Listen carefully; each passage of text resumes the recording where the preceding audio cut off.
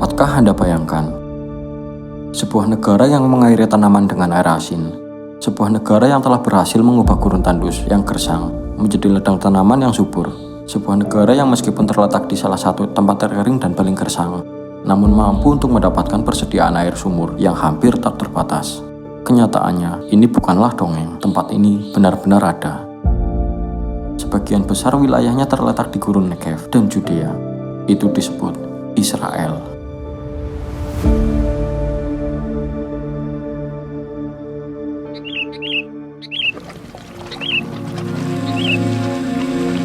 Kita berbicara tentang satu-satunya negara di planet bumi, bahwa saat ini wilayah gurunnya lebih sedikit dibandingkan 50 tahun yang lalu, dan setiap tahun negara ini mengekspor produk pertanian senilai lebih dari 2 miliar dolar Amerika Serikat, terutama produk segar seperti buah-buahan dan sayur-sayuran.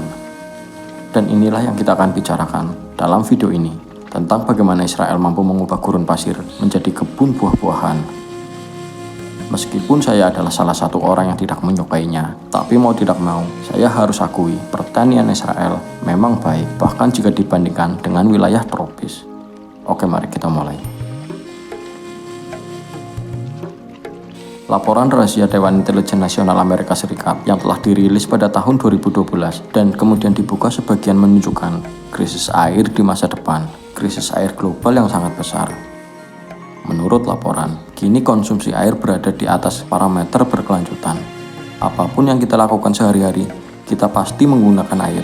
Kita mengkonsumsi lebih banyak daging, memiliki lebih banyak kebun, lebih banyak kolam renang, dan mengkonsumsi lebih banyak energi.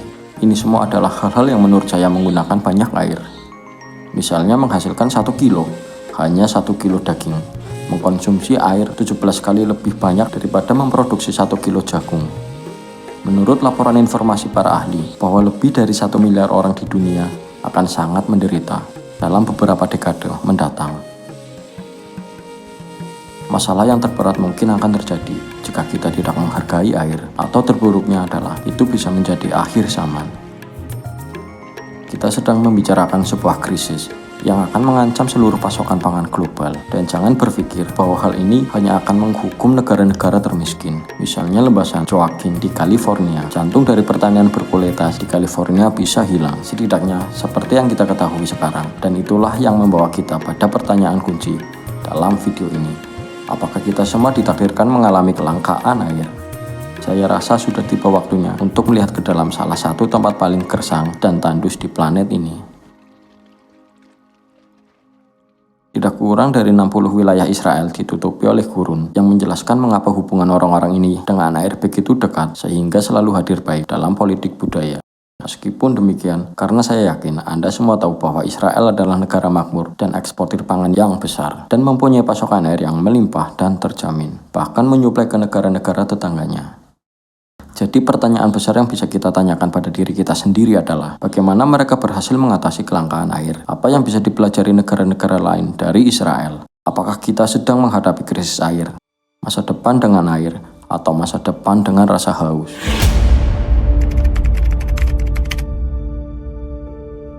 Dalam video ini, kita akan menjawab semua pertanyaan ini. Tetapi pertama-tama, kita harus mulai dari awal. Kita bedah dari awal. Kita perlu melihat sedikit sejarah.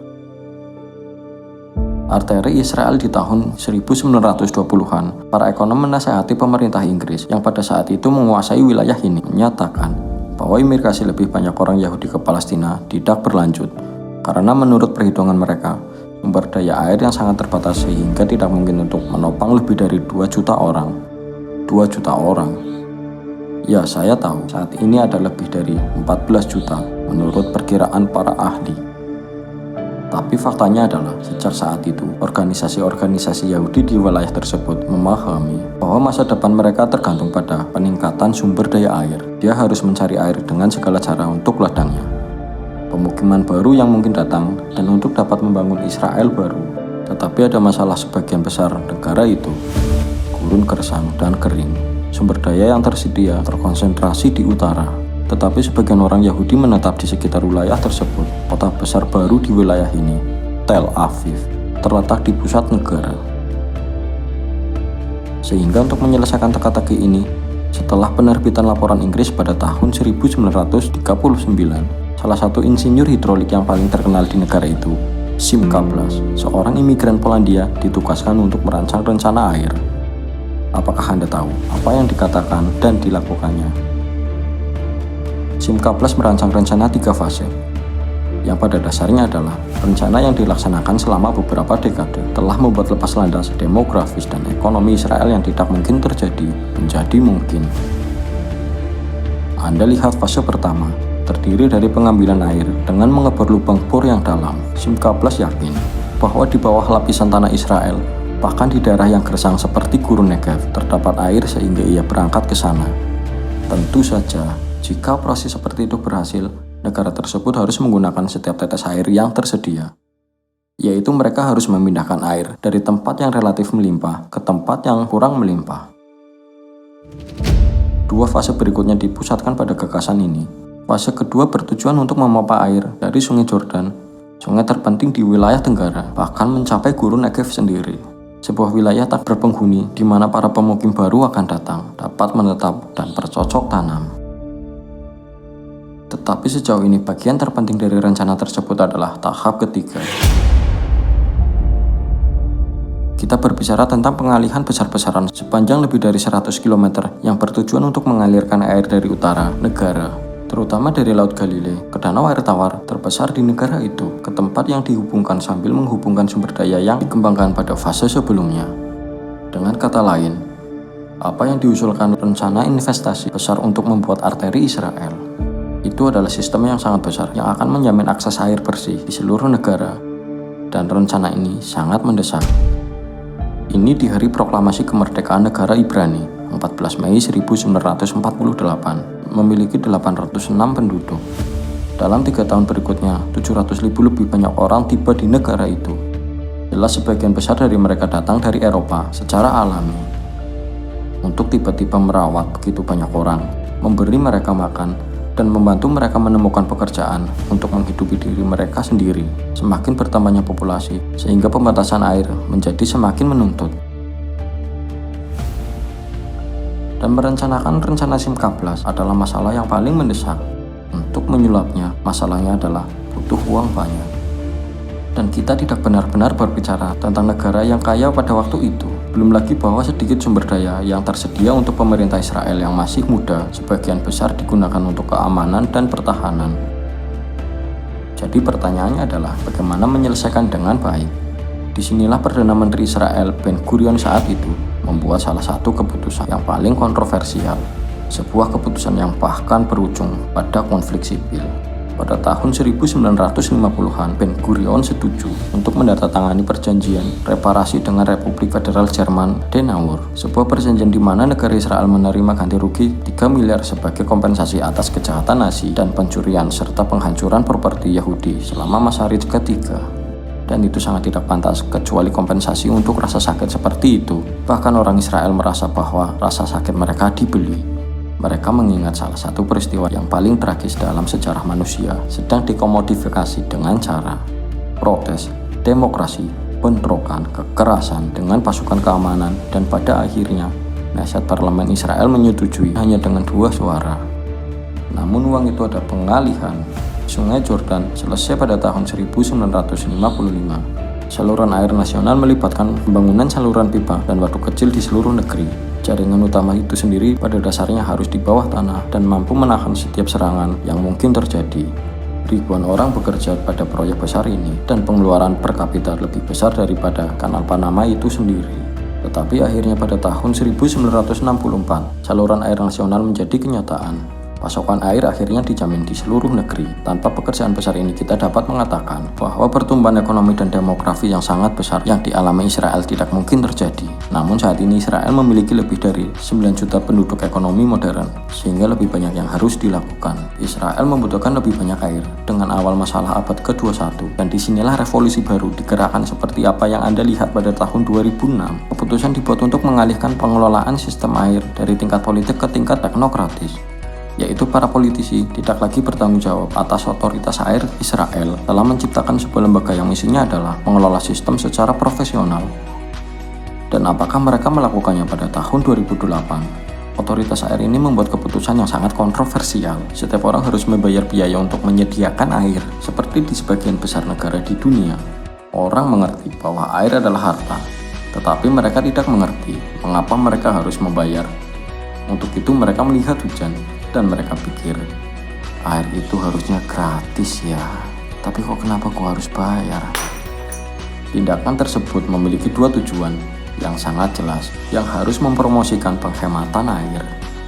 Anda pasti akan tahu, jika Anda harus membayar air lebih banyak, Anda menggunakan air lebih sedikit, dan di sisi lain, meningkatkan pendapatan sistem agar dapat membangun lebih banyak infrastruktur dan meningkatkan pemeliharaan.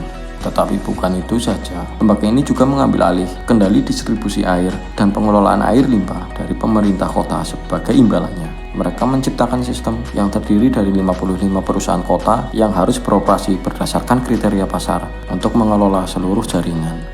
Uang yang dikumpulkan tidak lagi masuk ke anggaran Minnesota, tetapi memperbaiki sistem, misalnya untuk mencegah kebocoran air dari pipa yang terjadi di banyak kota karena hilangnya lebih dari 30 air. Dalam kasus Israel, angka tersebut jauh di bawah 10. Dengan demikian, jika seseorang wali kota ingin mengairi taman-taman kota, ia tidak lagi mempunyai air gratis untuk melakukannya dan ia harus bayar. Konsumsi air perumahan dan swasta turun hampir 20% secara nasional. Misalnya di taman, banyak tanaman digantikan oleh spesies yang lebih beradaptasi dengan area tersebut. Kemudian di bidang pertanian hal sama pun terjadi, tetapi itu tidak semuanya untuk meningkatkan inovasi air. Pemerintah menyiapkan rencana untuk mendukung investasi dalam inovasi oleh perusahaan-perusahaan baru ini. Idenya adalah untuk mengubah kota-kota di Israel menjadi laboratorium air yang sesungguhnya. Perusahaan-perusahaan bersaing untuk mendapatkan dana, sementara inovasi memungkinkan mereka untuk meningkatkan keuntungan mereka. Dan itulah tepatnya bagaimana kekeringan terjadi pada tahun-tahun awal abad ke-21 ini. Tetapi Anda tahu, apa yang belum kita lakukan? Menghindari kekeringan adalah satu hal. Hal lain yang harus dilakukan, semua air yang Anda inginkan, mengubahnya menjadi bisnis besar. Dan itulah yang dicapai Israel dengan kecerdikan adalah kuncinya. Israel adalah negara terkenal dengan 3 hal, yaitu efisiensi, angkatan bersenjatanya, dan juga inovasinya. Nyatanya, dikenal sebagai negara startup dan dalam pengelolaan air yang menjadi prioritas nasional pun demikian halnya, terutama di bidang pertanian yang menyumbang 55% dari seluruh konsumsi air di Israel. Ya, justru itulah, di negara ini terjadi salah satu revolusi pertanian besar dalam beberapa dekade terakhir. Irigasi tetes sebuah teknik yang menghemat hingga 60 air sekaligus meningkatkan hasil panen. Kita berbicara tentang teknik yang terdiri dari menyiram tanaman setetes demi setetes langsung ke akarnya.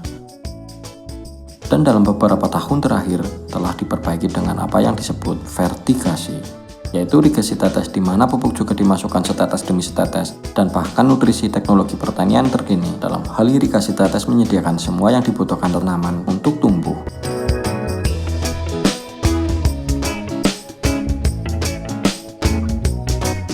Tegakan gurun dapat digunakan untuk menahan tanaman di tempatnya, dan air nutrisi diberikan melalui irigasi tetes. Dan mereka bahkan sekarang memperkenalkan perangkat kecil yang ditempatkan pada akar dan mendeteksi kapan tepatnya tanaman perlu disiram dengan baik.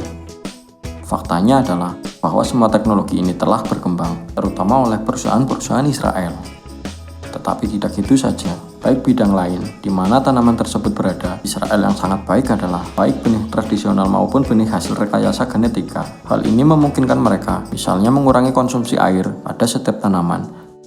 Dan mereka bahkan telah mengembangkan benih yang dapat diairi dengan air yang sedikit asin, seperti air payau yang ditemukan dalam jumlah besar di lapisan tanah bawah di seluruh Timur Tengah, tetapi selalu dianggap tidak berguna. Ya, itu benar di Israel. Anda dapat menemukan melon, tomat, paprika, terong, dan sayuran lainnya yang diairi dengan campuran air tawar dan air asin.